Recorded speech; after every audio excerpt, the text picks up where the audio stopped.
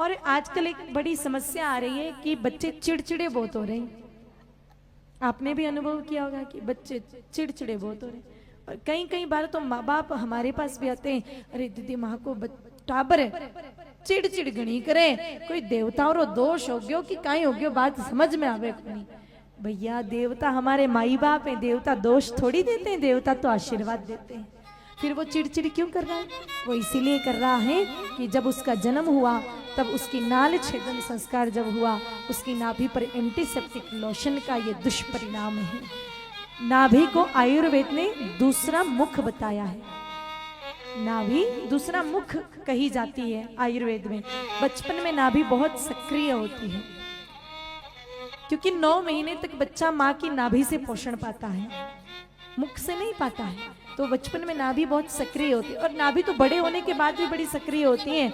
आप लोगों ने कभी देखा होगा, नाभि खिसक जावे, धरण हो जावे तो किसी हालत खराब हो जाती है। धरण खिसक जाए, नाभि खिसक जाए तो हालत खराब हो जाती है। तो बचपन में तो और सक्रिय होती है, इसीलिए वो एंटीसेप्टिक लोशन जब हम लगाते हैं तो उसका सीधा दुष्परिणाम बच्चे के मस्तिष्क पर पड़ता है। परिणाम स्वरूप बच्चा चिड़चिड़ा हो जाता है। आप अगर बच्चे को शांत स्वभाव वाला बनाना चाहते हैं तो आप अपने बच्चे की जब नाल छेदन हो, बच्चे की नाल को अलग करते हैं, उस समय बच्चे के नाभि पर एक पात्र में गोमूत्र लीजिए और उसमें थोड़ी सी हल्दी मिला दीजिए और फिर बच्चे के नालाग्र पर लगाइए। हल्दी एंटीबैक्टीरियल है, आप सब लोग जानते ही होंगे। और गोमूत्र की बात करें तो गोमूत्र भी एंटीबैक्टीरियल, एंटी फंगल, एंटीसेप्टिक का काम करता है। तो जब हम उसको नाभि के अग्रभाग पर लगाएंगे बच्चे को इन्फेक्शन भी नहीं होगा। और मेरे भाई बहनों, हरिद्रा बहुत पवित्र मानी जाती है हल्दी।